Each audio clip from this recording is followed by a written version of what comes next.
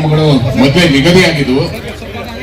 ಆ ಕಾರ್ಯಕ್ರಮಗಳನ್ನ ಹಾಗೆ ಬಿಟ್ಟು ವೀರಕ ಪುತ್ರ ಶ್ರೀನಿವಾಸ್ ಅವರ ಈ ಹೋರಾಟಕ್ಕೆ ಕರ್ನಾಟಕ ರಕ್ಷಣಾ ವೇದಿಕೆ ಸಂಪೂರ್ಣವಾದ ಬೆಂಬಲವನ್ನ ಕೊಡ್ತೀವಿ, ರಾಜ್ಯವ್ಯಾಪ್ತಿ ಹೋರಾಟವನ್ನ ಕೈಗೆತ್ತಿಕೊಳ್ತೀವಿ ಅನ್ನುವಂತ ಭರವಸೆಯನ್ನ ಕೊಡ್ತಾ ಇದ್ದೀನಿ.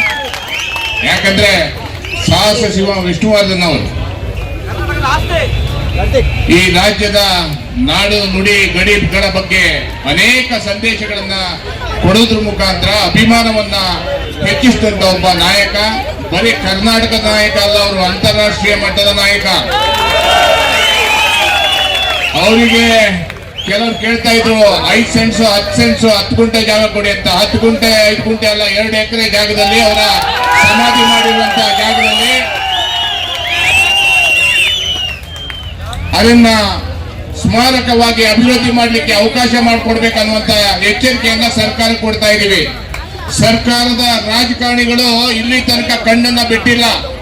ಕಣ್ಣು ತೆರೆಸುವಂತ ಕೆಲಸ ವೀರಕ ಪುತ್ರ ಶ್ರೀನಿವಾಸ್ ಅವರು ಮುಂದೆ ನಿಂತಿದ್ದಾರೆ. ಅವ್ರ ಹಿಂದ್ಗಡೆ ನಾವೆಲ್ಲರೂ ಇರ್ತೀವಿ ಅನ್ನುವಂತ ಎಚ್ಚರಿಕೆಯನ್ನ ಕೊಡ್ತಾ ಇದ್ದೀವಿ.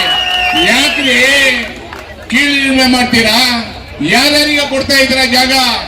ಸ್ಕೂಲ್ ಮಾಡ್ತೀವಂತ ತಗೊಂತಾ ಇದ್ದಾರೆ, ಟ್ರಸ್ಟ್ ಮಾಡ್ತೀವಂತ ಈ ರಾಜ್ಯದಲ್ಲಿ ಬೇಕಾದಷ್ಟು ಈ ಸರ್ಕಾರಿ ಜಾಗವನ್ನ ಕೊಳ್ಳೆ ಹೊಡಿತಾ ಇದ್ದಾರೆ. ಆದ್ರೆ ಈ ನಾಡಿನ ಅಗ್ರಗಣ್ಯ ನಾಯಕ ನಟನ ಯಾಕೆ ನೀವು ಕೀಳಿಮೆಯನ್ನ ನೋಡ್ತಾ ಇದ್ದೀರಾ? ಈ ಕೂಡಲೇ ಒತ್ತಾಯವನ್ನ ಮಾಡ್ತಾ ಇದ್ದೀವಿ.